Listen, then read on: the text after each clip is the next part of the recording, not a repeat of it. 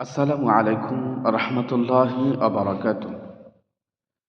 আহলে হাদিস আর আহলে সুন্নাহ এই দুইটা ইসলামী দলের ভিতরে নামের মধ্যে কোনো পার্থক্য নেই।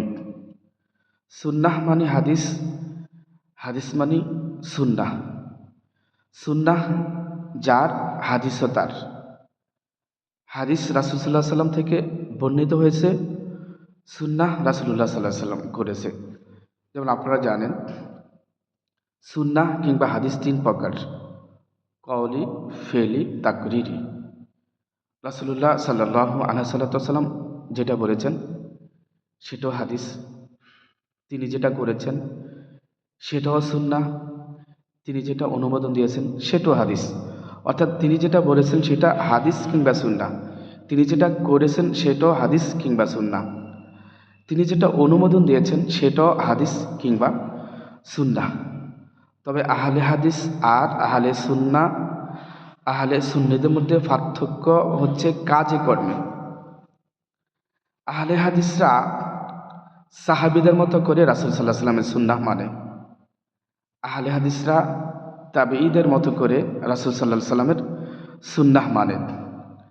আহলে হাদিসরা তাবেঈদের মতো করে রাসূল সাল্লাল্লাহু আলাইহি ওয়াসাল্লামের সুন্নাহ মানে। এই জন্য আহলে হাদিসের আরেকটি নাম রয়েছে, সেটা হচ্ছে সলফে সালেহিন।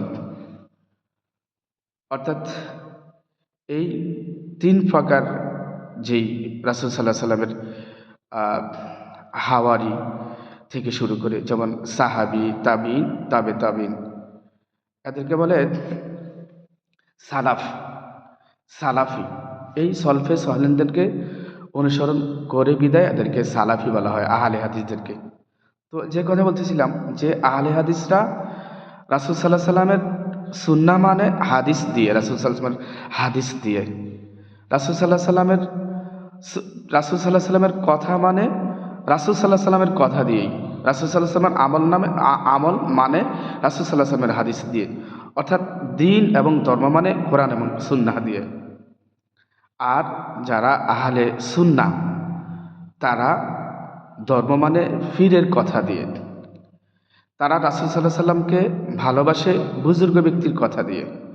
তারা রাসূল সাল্লাল্লাহু আলাইহি সাল্লামের হাদিস মানে, কোরআন মানে তাদের ওস্তাদের আকাবিরদের কথা দিয়ে।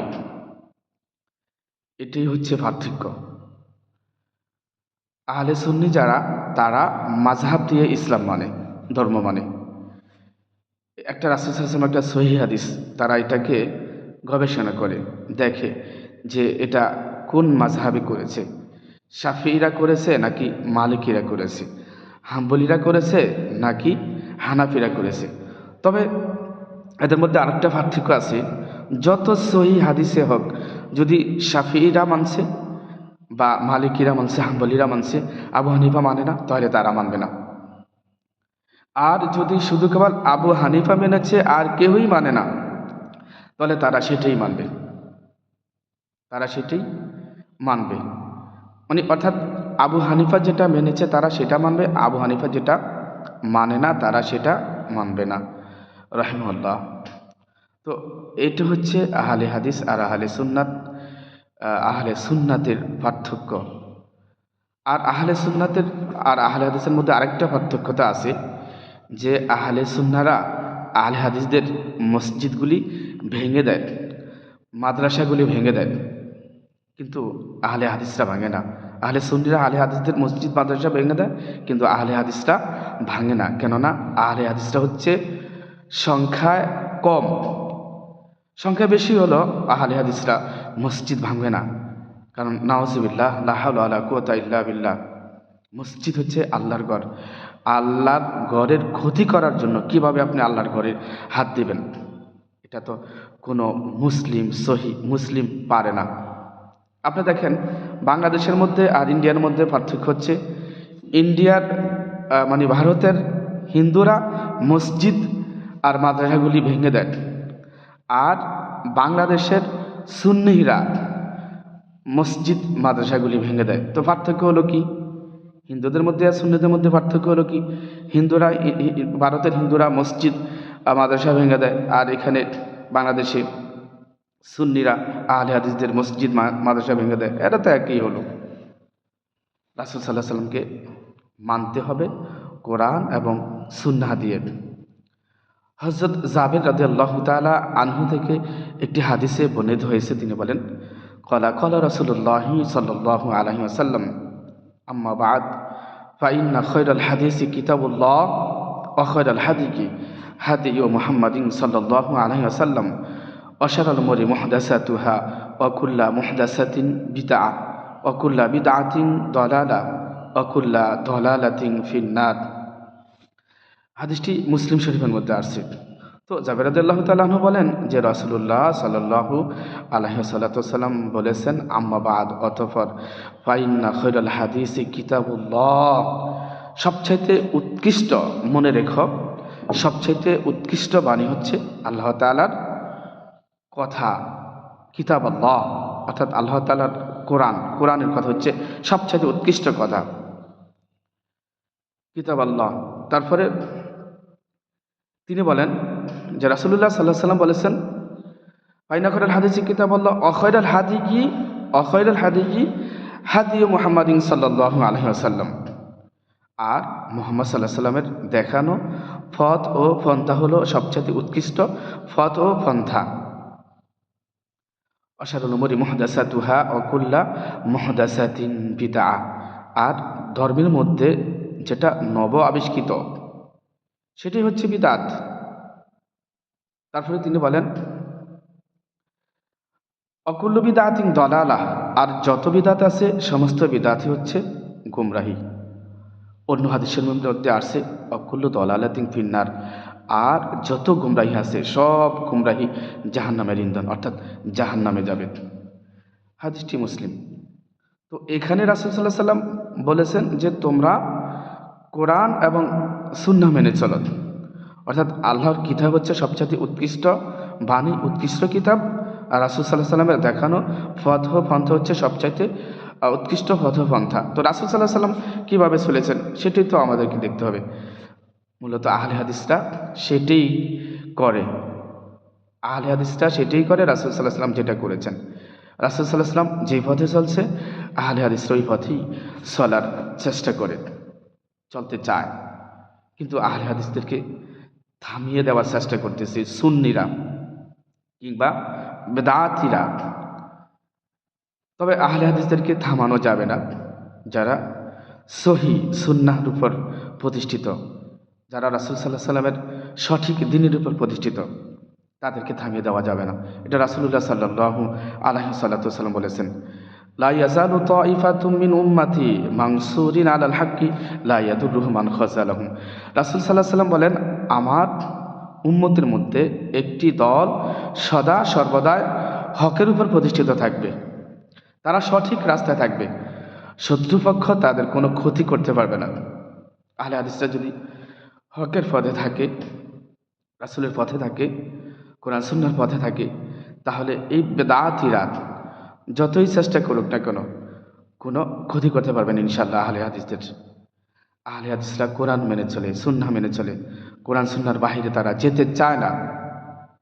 আহলে হাদিসরা তাদের শিশুর সন্তানের নাম রাখবে, সেক্ষেত্রেও রাসূলুল্লাহ সাল্লাল্লাহু আলাইহি ওয়াসাল্লামকে অনুসরণ করে, যে রাসূলুল্লাহ সাল্লাল্লাহু আলাইহি ওয়াসাল্লাম কোন নামটা পছন্দ করতেন, সাহাবীরা কোন নামটা পছন্দ করতেন, আল্লাহ তাআলা কোন নামটা পছন্দ করতেন। একটি হাদিস শরীফের মধ্যে আসছে, ইন্না হাব্বা ইসমাইকুম ইলাল্লাহি আব্দুল্লাহ ওয়া আব্দুর রহমান, যে আল্লাহ তাআলার কাছে সবচাইতে প্রিয় নাম ছিল, আল্লাহ তাআলা যে নামগুলোকে পছন্দ করতেন, আব্দুল্লাহ ও আব্দুর রহমান, যে আব্দুল্লাহ আর আব্দুর রহমান। অথচ এই আহলে হাদিসরা বর্তমানে যখন নাম রাখে দেখবেন আব্দুল্লাহ রাখবে, আব্দুর রহমান রাখবে, মোহাম্মদ রাখবে, আহমদ রাখবে, যে নামগুলি আল্লাহ রাসূল পছন্দ করেন ওই নামগুলি রাখবেন।